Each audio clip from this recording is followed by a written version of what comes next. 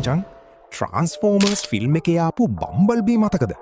අන්න ඒ ලෝක ප්‍රකට රෝබෝවරයා ඇත්ත ලෝකෙදි මොන වගේ වාහනයක්ද කියලා ඔබ දන්නවද? ඒ තමයි Chevrolet Camaro. අද ටොක් මාස්ටර් එකෙන් අපි බලමු ෆෝඩ් මස්ටෑන් එකේ සදාකාලික හතුරා වෙන මේ ඇමරිකන් මෘගය ඇතුලේ තියෙන සැඟවුණු බලය මොකක්ද කියලා.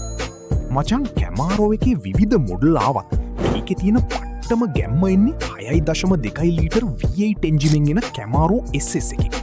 හෝස් පව 450කට වඩා වැඩි බලයක් දෙන මේ එන්ජිම නිසා 0 to 60 ඒ කියන්නේ 100ට යන්න තප්පර 4ක් වගේ පුංචි කාලෙකින් යන්න පුළුවන්.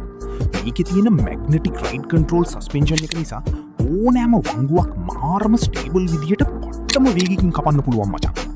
මේකේ තියෙන අර කෝපාවිෂ්ඨ පෙනුම, ඇග්‍රෙසිව් ෆ්‍රන්ට් ෆසියා සහ පටු වින්ස්ක්‍රීන් එක නිසා මේක ඇතුළේ ඉඳන් පාර බලද්දී නිකන් ෆයිටර් ජෙට් එකක් පදිනවා වගේ ෆීලිං එකක් එන්නේ.